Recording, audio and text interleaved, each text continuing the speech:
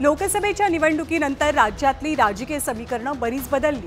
आता विधानसभेच्या तोंडावरती आपला मूळ पक्ष सोडून गेलेल्या नेत्यांच्या घर वापसीची जोरदार चर्चा आहे। घर वापसीचा सर्वाधिक ओघ दिसतोय तो शरद पवारांच्या राष्ट्रवादीकडे। माघारी फिरणाऱ्या नेत्यांमध्ये सध्याचं सर्वात मोठं नाव आहे दिलीप वळसे पाटलांचं। सूत्रांच्या माहितीनुसार वळसे पाटील यांची लेक आणि त्यांच्या पत्नीनं काही दिवसांपूर्वीच पवार कुटुंबियांची भेट घेतली, तर स्वतः दिलीप वळसे पाटील सुद्धा पवारांच्या भेटीच्या प्रतीक्षेत आहेत, पण अद्याप शरद पवारांकडून ग्रीन सिग्नल मिळाला नसल्याचं कळतंय।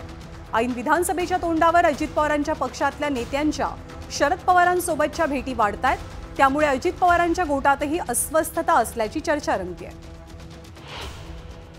याच्या अगोदर कोणी गेलं नाही, कुणी जाऊन परत येऊन पवार साहेबांच्या विरोधात बोलला नाही सांगा। आणि टार्गेट काय? फक्त एनसीपी अजित दादांची, दादांकडले हे चाललंय, दादांकडले ते चाललंय। पवार साहेबांचे सुद्धा लय जण आमच्या मागे, कळेल जरा काही करू नका। तर दिलीप वळसे पाटील आंबेगावचे आमदार आहेत। यंदा आंबेगावच्या जागेसाठी शिंदेंची शिवसेना सुद्धा इच्छुक आहे। वळसे पाटील आपल्या लेकीसाठी हा मतदारसंघ सोडतील अशी चर्चा सुद्धा आहे। आंबेगाव मतदारसंघ जे शिरूर लोकसभेत येतो तिथले खासदार अमोल कोल्हे हे शरद पवारांच्या राष्ट्रवादीचे आहेत। दिलीप वळसे पाटील शरद पवारांचे अत्यंत विश्वासू आणि जुने सहकारी मानले जातात। शरद पवारांचे स्वीय सहाय्यक म्हणून त्यांच्या कारकिर्दीला सुरुवात झाली।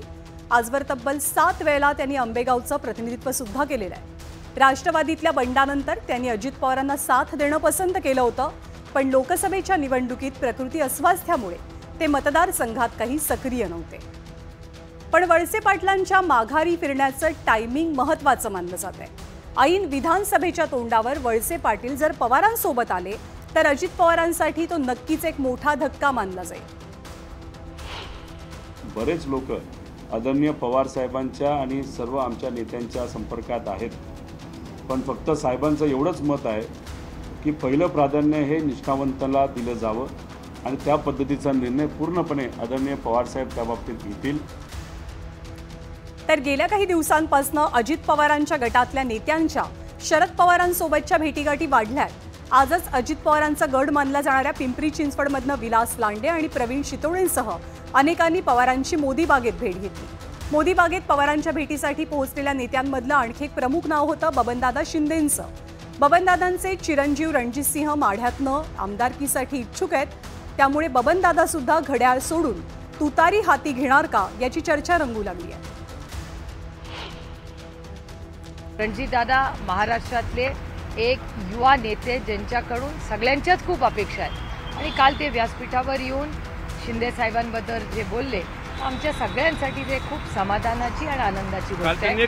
आणि बबनदादा आज जे आदरणीय पवार साहेबांना भेटायला आलेले आहेत, बबनदादांचे आणि आमचे अतिशय कौटुंबिक संबंध अनेक दशकांचे आहेत। राजकारणामध्ये टायमिंगला विशेष महत्त्व असतं।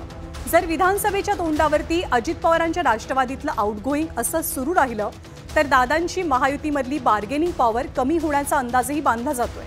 शरद पवारांच्या राष्ट्रवादीनं लोकसभेत 10 जागा लढवल्या, त्यापैकी 8 जिंकल्या। त्यांचा स्ट्राईक रेट 80% इतका होता। तर अजित पवारांच्या राष्ट्रवादीला लोकसभेत 4 पैकी फक्त 1 जागा जिंकता आली। लोकसभेच्या निकालानुसार अजित पवारांच्या राष्ट्रवादीला राज्यातल्या फक्त 6 विधानसभा मतदारसंघात आघाडी घेता आली। त्यामुळे घसरलेल्या स्ट्राईक रेट नंतर जर अजित पवारांच्या पक्षातलं आउटगोईंग सुद्धा असं सुरू राहिलं तर आगामी विधानसभेत अजित पवारांची अनेक अर्थांनी कसोटी लागण्याची दाट शक्यता आहे।